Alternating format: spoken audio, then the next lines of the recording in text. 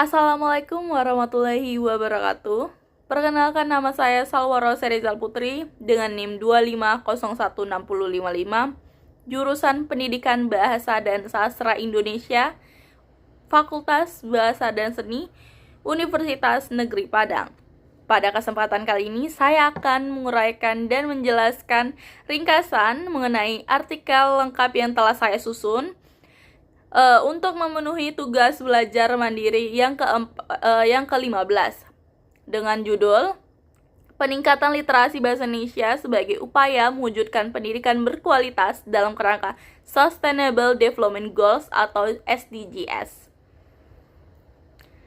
Kita masuk ke kerangka presentasi. Penyajian ini mengikuti struktur artikel yang saya tulis, terdiri dari 5 bagian utama. Ada latar belakang masalah yang di dalamnya menjelaskan tentang kondisi nyata dan urgensi topik. Lalu ada pertanyaan mendasar, inti masalah yang dikaji. Lalu ada tujuan penulisan, arah kajian artikel. Lalu ada ringkasan pembahasan yang berisikan meliputi konsep, kondisi, tantangan, strategi, serta relevansi dengan SDGs. Yang terakhir ada simpulan dan saran, itu hasil akhir kajian dan rekomendasi. Kita masuk ke latar belakang masalah. Di bagian awal artikel, saya menguraikan bahwa SDG 4 menargetkan pendidikan inklusif dan berkualitas bagi semua, dan bahasa Indonesia berkedudukan sebagai fondasi utama penguasaan seluruh bidang ilmu. Namun, fakta di lapangan masih sangat memprihatinkan. Hasil PISA pada tahun 2022, Indonesia peringkat ke-70 dari 81 negara, skor rata-rata baca 359, jauh di bawah rata-rata OECD 476. Budaya membaca kita rendah pada peringkat 60 dari 61 negara CCSU 2016. Gerakan literasi sekolah belum berjalan merata, terutama di daerah tertinggal, terdepan, dan terluar atau daerah 3T. Di sisi lain, kurikulum Merdeka sudah menempatkan literasi sebagai kemampuan dasar, namun implementasinya masih menemui banyak kendala struktural. Hal-hal inilah yang menjadi alasan utama artikel ini disusun. Kita masuk pada pertanyaan mendasar. Dari latar tersebut, artikel ini menjawab 3 pertanyaan pokok. Yang pertama, bagaimana kondisi literasi bahasa Indonesia saat ini, serta tantangan apa saja yang dihadapi. Yang kedua, strategi apa yang paling tepat dan efektif dikembangkan dalam pembelajaran bahasa Indonesia. Dan yang ketiga, bagaimana relevansi dampak penguatan literasi bahasa Indonesia terhadap pencapaian seluruh tujuan pembangunan berkelanjutan atau SDGs. Kita masuk ke tujuan penulisan artikel ini. Secara rinci, artikel ini disusun dengan tujuan. Yang pertama, mendeskripsikan kondisi literasi saat ini dan tantangannya, khususnya dalam mendukung SDG 4, pendidikan berkualitas. Lalu ada kedua, menganalisis hubungan dan dampak literasi bahasa Indonesia terhadap kerangka SDGs secara keseluruhan. Dan yang ketiga, merumuskan rekomendasi dan strategi pembelajaran yang berbasis teori dan riset agar pengajaran bahasa Indonesia benar-benar membangun kemampuan literasi siswa. Kita masuk ke literasi bahasa Indonesia. Di slide ini, pembahasan saya menegaskan literasi bukan sekedar bisa membaca dan menulis. Menurut UNESCO, tahun 2004, literasi adalah kemampuan mengenali, pahami, tafsirkan, ciptakan, dan sampaikan gagasan dalam bentuk dan konteks yang berbagai. Lalu ada Nurgiantoro membagi pemahaman literasi menjadi 4 tingkatan. Yang pertama ada literar. Literal ini artinya paham makna tersurat. Lalu ada inferensial, mampu menyimpulkan makna tersirat. Yang ketiga ada kritis, mengevaluasi isi teks. Yang keempat ada kreatif, merespon dan menghasilkan gagasan baru. Sesuai Gerakan Literasi Nasional, terdapat 6 ranah literasi dasar: baca tulis, numeransi, sains, digital, finansial, serta budaya dan kewarganegaraan. Bahasa Indonesia menjadi penyangga utama keenam literasi tersebut. Di slide ini berisi kondisi dan tantangan literasi Indonesia. Artikel ini menguraikan tantangan yang bersifat struktural dan beragam. Dari hasil belajar, skor PISA cenderung stagnan sejak 2018, mayoritas siswa baru sampai tahap pemahaman harfiah saja. Yang kedua, ada budaya baca. Belum terbentuk kebiasaan membaca, sukarela sejak lingkungan keluarga. Lalu ada cara mengajar.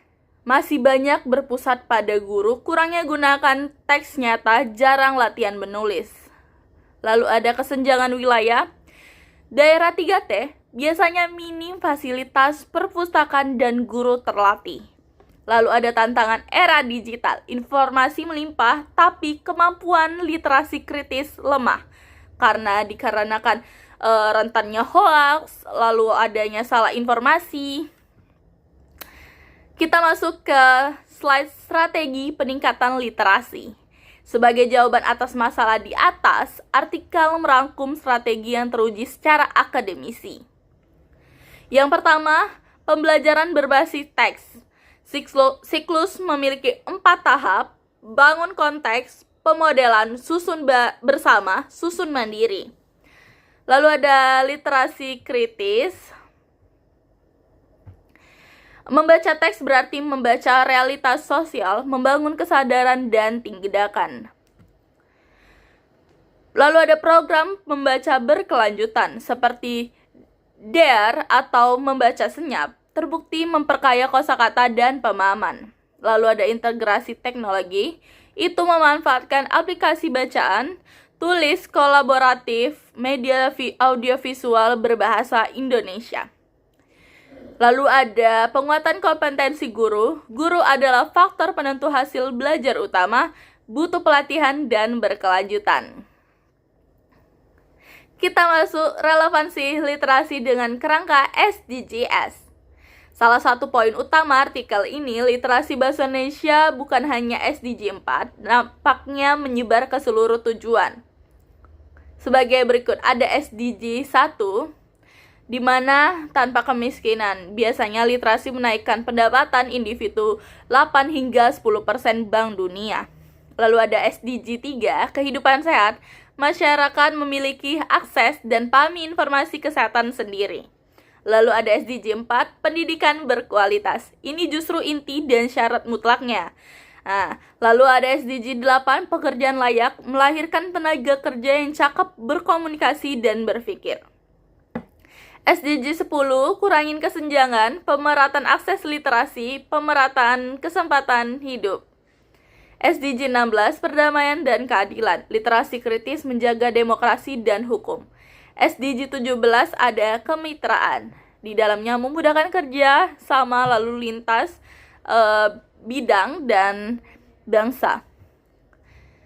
Kita masuk ke slide terakhir, itu menjelaskan simpulan. Secara ringkas, hasil kajian dalam artikel ini menyimpulkan, yang pertama, literasi bahasa Indonesia bersifat multidimensi, mencakup kemampuan berpikir hingga berpartisipasi sosial, bukan sekedar tulis baca dasar. Yang kedua, tantangan yang dihadapi kompleks, sehingga butuh strategi yang gabungan dan menyeluruh, tidak ada satu cara tunggal yang cukup. Ketiga, peningkatan literasi adalah investasi lintas tujuan SDGs, manfaatnya dirasakan lintas sektor dan jangka panjang. Lalu kita masuk ke saran dan rekomendasi. Berdasarkan kajian tersebut, artikel menutup dengan rekomendasi ke 4 pihak. Pemerintah, yang pertama untuk pemerintah, perbarui kurikulum agar berorientasi literasi tingkat tinggi, dukung GLS dan daerah 3T. Untuk sekolah, bangun ekosistem literasi nyata, lengkapi buku, jadwalkan membaca rutin. Lalu ada mahasiswa dan calon guru, kuasai teori literasi, rancang pembelajaran berbasis teks, gunakan teknologi secara bijak. Lalu ada peneliti, perbanyak kajian empiris, pelajari praktek negara berprestasi, PISA, lalu sesuaikan konteks Indonesia. Sebagai penutup ulasan artikel ini, saya kutipkan kalimat kunci. Meningkatkan literasi bahasa Indonesia bukan sekedar kewajiban profesional seorang pendidik, melainkan kontribusi nyata bagi pembangunan bangsa yang berkelanjutan. Demikianlah ringkasan yang sudah saya jelaskan. Terima kasih atas perhatiannya. Wassalamualaikum warahmatullahi wabarakatuh.